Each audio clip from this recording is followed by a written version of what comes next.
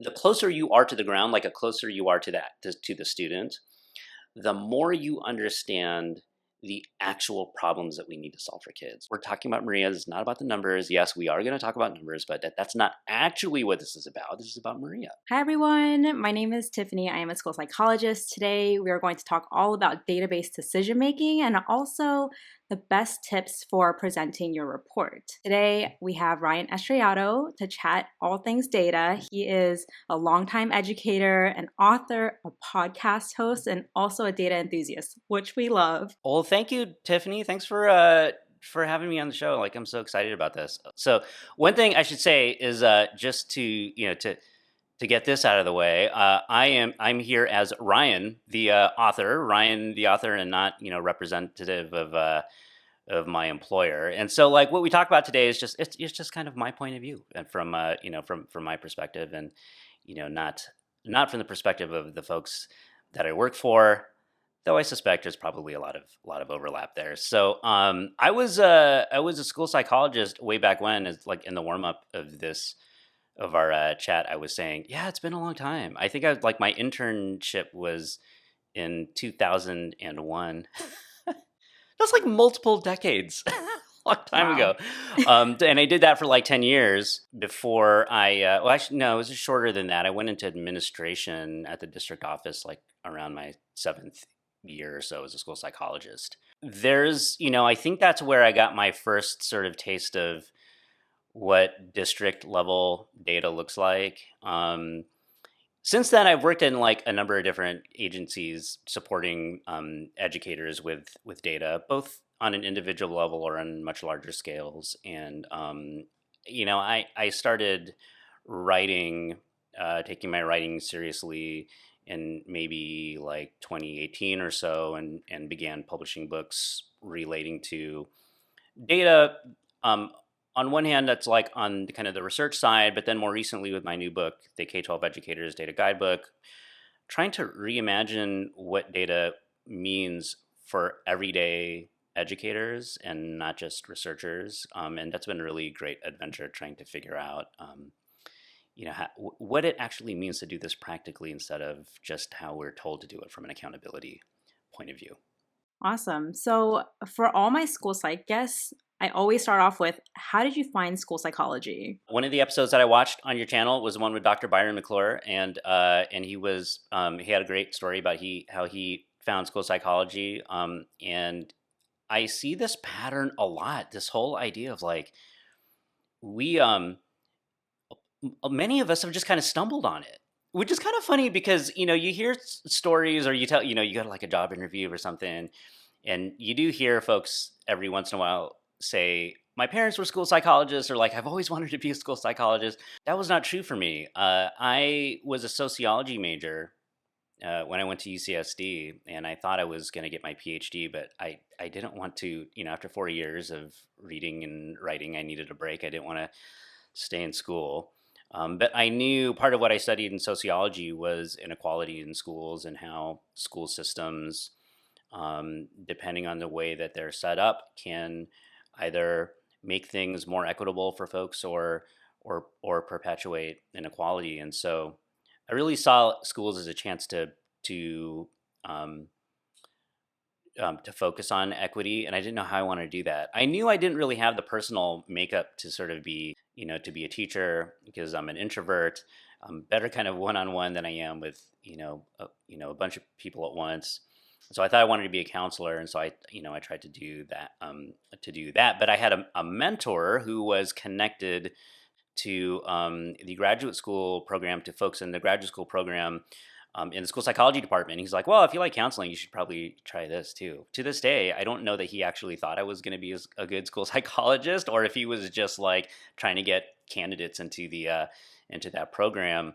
But the honest truth is, I got accepted as an alternate to both, and then the school psychologist department was like, "Yeah, I guess we'll take him."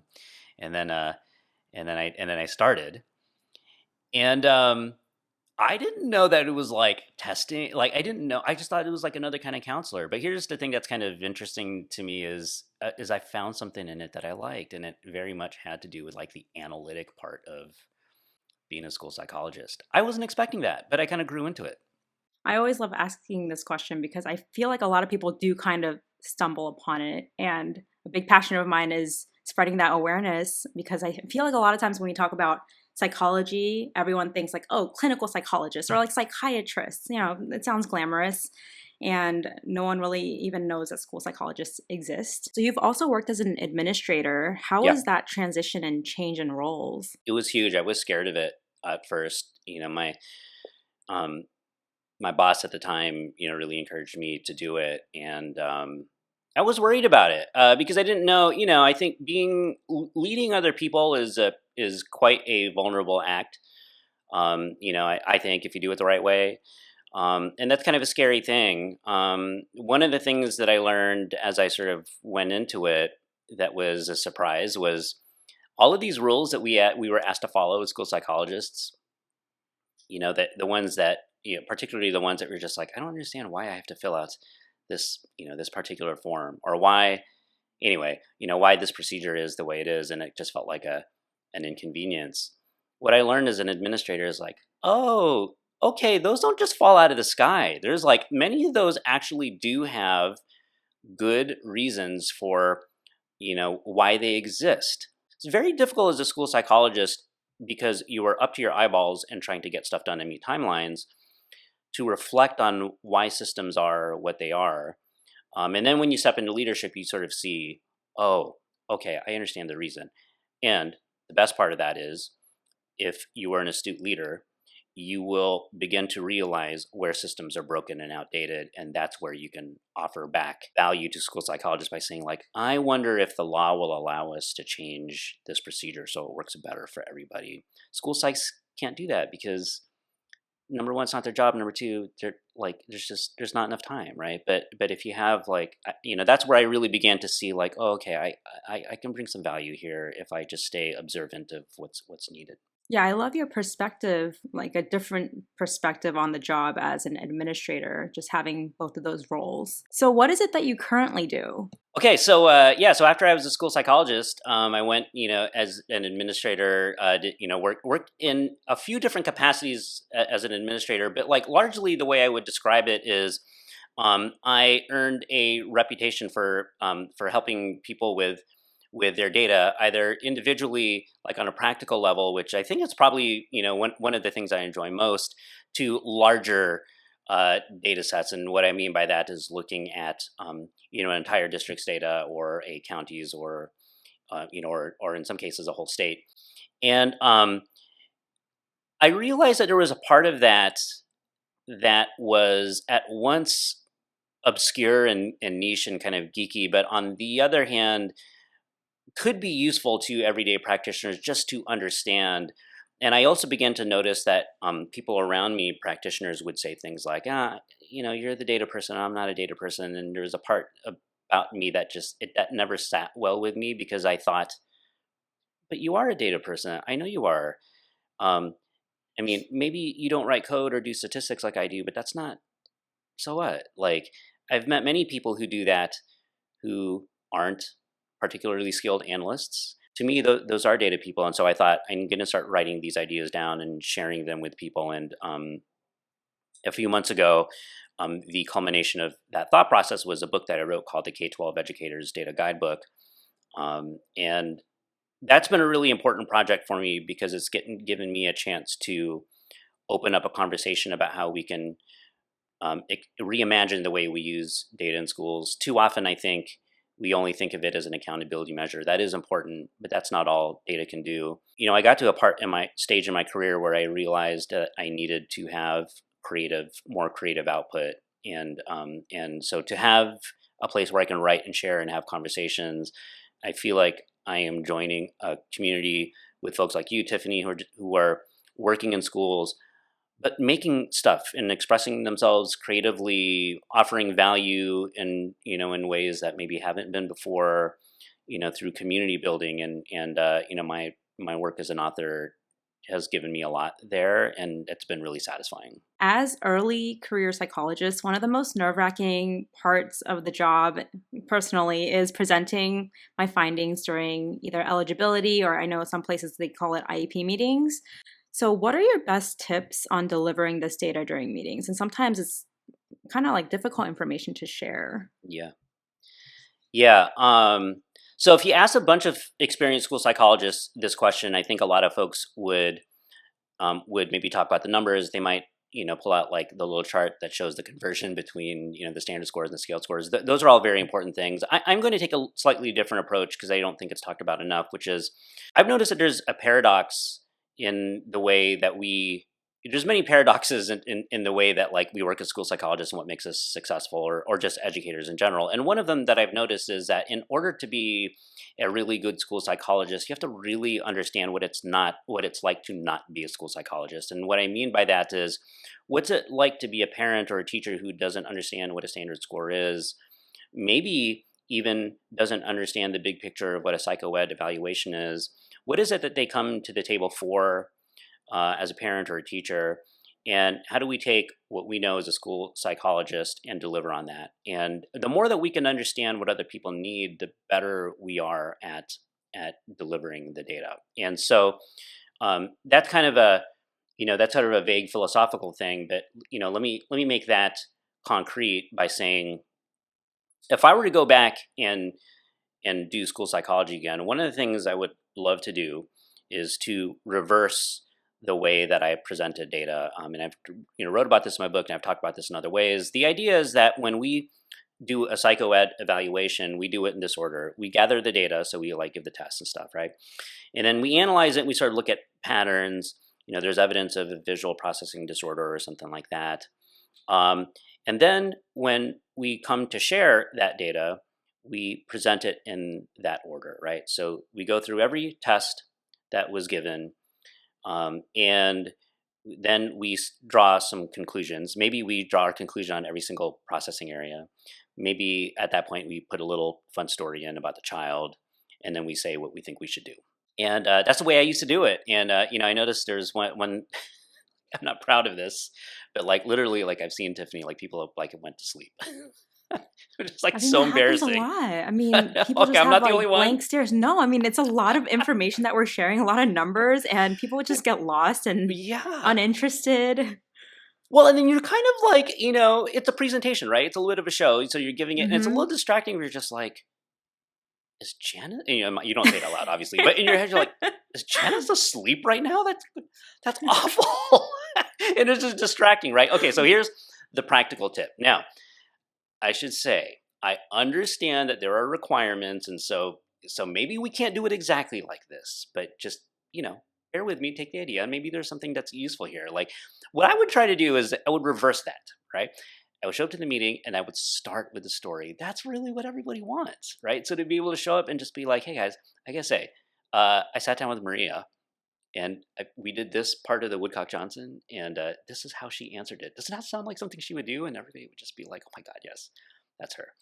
And there's your hook. We're talking about Maria. This is not about the numbers. Yes, we are going to talk about numbers, but that's not actually what this is about. This is about Maria. All right. So then you go into like, you don't go into the data yet. You go into the major theme. Hey, listen, we spent a lot of time, 3 hours doing all of this work with Maria. And generally speaking, what I think the issue is not so much visual processing, but maybe the way that she makes sense of sounds. All right. That's just sort of what I think. And let me tell you why I think that. Right. Then pick key data points, right? There's one particular test. I used to use this one called the CTOP. I don't know if that's the one that's used. I Oh, love the C you still top use that? too. Okay, Yes. yeah. So, which of course, school psych audience, you know what that is. That evaluates a student's ability to be able to make sense of sounds. Uh, here's here are some parts of the CTOP that I thought that she would do better at, and she didn't. And let me give you an example of what that looks like, right? So that's a data point. Um, and then maybe you'll pick one more just to, because sometimes there's folks like you want to protect your credibility and you want to show that you're just not just making stuff up, right? So you should show them a graph or something like that. I like that order because it puts the student first. And then secondarily, it puts your audience first because that's what they want to know, right? It puts us yeah, I don't think it helps. Doesn't sound weird, but it puts us last because why do we like go through every single data point because we want to seem credible. But that is important, but it's not the most important thing, right? You've got this beautiful report that lists all the different things. To the extent that your district will allow something like that, because I know that some districts are like, no, you have to go through all this stuff. That might be true.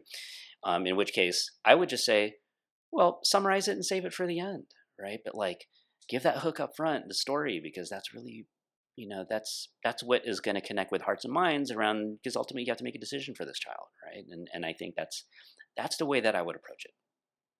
I love that. I love that you said like, student centered, student first. I know one of the schools that I interned at, they used to put a picture of the student. Like they would project it to remind everyone that we're talking about a student here, and it's not just Yes. the numbers and the disability, Right. and especially with the parent sitting right there. Totally. we want to be empathetic. 100%. I'm like taking notes as you're talking. I've often wondered.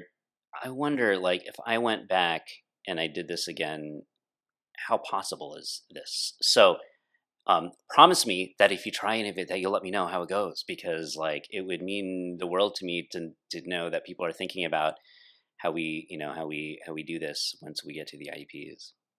Oh no, it's definitely going to be on my list of things to do this school year. I think we are a little bit more flexible, and so I've tried different approaches, and I Yeah. really don't want to go through the entire report, like going through every single subtest, Yeah. like telling them, what we did. I don't think people really care. Yeah. Um, they really want to know like big picture, what does this mean, Yeah. going forward. So what I've tried was, going over like strengths and weaknesses and what that means. Hmm. But I think the method that you just talked about is also a great way to present the data. So we can't end this data video without talking about MTSS and systems level change. As school psychologists, we make a lot of database decisions when it comes to systems level work. So what are some ways early career psychologists, baby psychologists, and maybe even folks who haven't really done a lot of like systems level work, how could we use data to inform systems level change? And I know that's like a very vague, big question. I love this question. I love this question because we're all, there's that, I think this quote, folks might be familiar with this quote by the author James Clear. We don't rise to the level of our goals, we fall to the level of our systems, right? And particularly with school psychologists is like everybody is so busy, you go on autopilot. Autopilot in a way is kind of a good thing because it allows us to be efficient, right? We don't have to overthink every step, helps us move faster. The downside, of course, is like if the systems that drive and decide which parts of autopilot are good uh, as failing students, well, then our autopilot is not helping, right? But it can be very difficult for a school psychologist or any educator sort of at the school site level to have to carve out some time for themselves to say like, oh, I wonder like what kind of outcomes our system is generating. Um, Earlier, I brought up the idea of paradoxes. I think it was like Carl Jung who said like paradoxes. Paraphrasing, Carl Jung is probably turning over in his grave right now, but like his idea was like the thing that can best approximate what life is really like is a paradox, which is like it's a resolution of these tensions, right? Earlier I talked about one kind of paradox. Another one that I've noticed is that in the business of systems change, when you're a professional, the closer you are to the ground, like a closer you are to to the student, the more you understand the actual problems that we need to solve for kids. You become the most knowledgeable about that, right? But you also don't have time to set back and sort of look at the chessboard and just be like, how do I actually, how do we improve our systems, right? You just don't have time for that, right? So, you decide you want to do more of that, and you go like, okay, well, I'm going to be a principal, or I'm going to be, in California, we have this like middle management layer in special ed called coordinators or program specialists. Do y'all have that? Hmm. Yeah. Okay. So like I was one of those for a little while, or maybe I'll be like a director of special ed or me like an assistant superintendent, right? And you sort of move into those systems. And then the paradox shows up again because now your job, like literally what you get paid to do, is to come up with interesting solutions for those problems. But now the reverse of that issue exists, which is Yeah. you don't understand like the actual problem anymore. And that's where we begin to do things like, I'm going to create this innovative system for whatever, whatever. And then teachers and psychs are just like, I don't understand why we're doing this. It doesn't really solve anything, right? I had a really, really great analogy I heard as I was interviewing somebody for my book. And the person said, this hurts my heart to say it, but it was like so true. This person said, "You know what it's like when you like leader folk come over to to the schools and ask us to do stuff. It's like my lawn is on fire, and the only advice that you can give me is to install this brand new like sprinkler system that you have." And I thought that might be the most accurate. That is so important that that person said that because it's true, right? School psychologists and educators at the site level have the most important information about the nature of the problem. And to the extent that you can network and build relationships with your leadership and carve out just a little bit of time to say like, hey, listen, I know y'all have a very difficult job to come up with the best solutions you can. I'm going to pass you some information from the ground. Maybe that's a story, maybe it's an Excel spreadsheet of my evaluations and the percent that are eligible, or maybe it's a disaggregated data set of students who go to SST by race or gender identity or something. I was going to give that to you so that you can see what's actually happening on the ground as you imagine like what the innovative solutions are going to be. And I think that's where educators and leaders can partner to solve that paradox, because otherwise we're all siloed up and everybody's just, not talking to each other, and we just kind of continue to use the same stuff over and over and over again. I do think that communication and partnership is really important because as one school psychologist, you can't really do any systems level change. It's not possible. You need buy-in from everyone, all the stakeholders. I guess my question would be, what if like the data doesn't even exist? Like, where do you even start? Yeah. Okay, so here's the way I think about that, right? Like the first thing that I would do is I would stop and ask yourself what you actually mean when you say data. I don't mean like you, Tiffany Lee. I mean just like us, collectively us, right? Rather than look at what data you are given, start with what your actual job is, right? So in the book, I talk about this as making the connection between your job duty, what your important decisions are, and then finding the data. And the reason why I try to take it from that point of view is if we start with the data, then we look at what we have, and that's basically going to be end of year test scores, if you're lucky, formative assessment scores, your evaluation related data, your psychoed stuff and observations, and then maybe some publicly available stuff, Mhm. climate, like school climate type surveys and stuff, right? All of those data sources are important, but only to the people for whom it is actually important, right? As a school psychologist, I think the relevant question here is like, what is my actual job, right? Now, I can't describe that for anybody, but I would guess for some folks, it's going to be like doing timely evaluations, doing them in a non-discriminatory way, a culturally sort of appropriate way, building relationships with people, building good default interventions, whatever it is that your job is, right? And once you have clarity on that, then the next question is, if I were doing those well, what are the day-to-day decisions that I will have had to have made really well also? So to make that concrete, let's just take an easy one. If your job duty is doing evaluations on time, well, then the decision that you need to make on a day-to-day basis is, which students do I spend time with / tests today, right? If you make that decision poorly, you are going to fall behind. If you make it well, you are going to get your evaluations done on time, right? Then the final question comes, what data do I need to look at to make that decision? And using the example of timely evaluations, I would imagine that would be something like, oh, it's this spreadsheet that I have that's got 2 columns, one with the student's name and then one with the due date with the eval. And I'm just going to sort it by the evaluation due date, which whoever is up next, that's who I'm going to see. Oh, that student's absent today. Okay, I'll go back to my spreadsheet. I'm going to go to the next one, and then we'll go. So you can see there that the job duty, the important decision, and the data are all lined up. Now imagine if you didn't think of it that way, you'd just be like, what data do I look at as a school psychologist? Oh, well, there's some test data. Maybe I'll just look at like how we did on tests. Again, it's important, but I would argue that's not necessarily the most important thing for school psychologists. Probably important for a bunch of other people for whom, if they did the job duty decision and data thing, they would sort of arrive at, oh, I should be looking at end of year test data. But that's probably not school psychologists. So you're saying data exists. A lot of data exists. 100%. And where it doesn't, you can make it, right? So let me try to make that concrete. Say you want to understand part of your job, your principal is like, hey, I need for you this year, your annual goal is going to be to give me some recommendations on what our default tier 1 level of interventions need, all right? In order for you to do that job well, you will need to be able to describe how many students are in whatever level of intervention.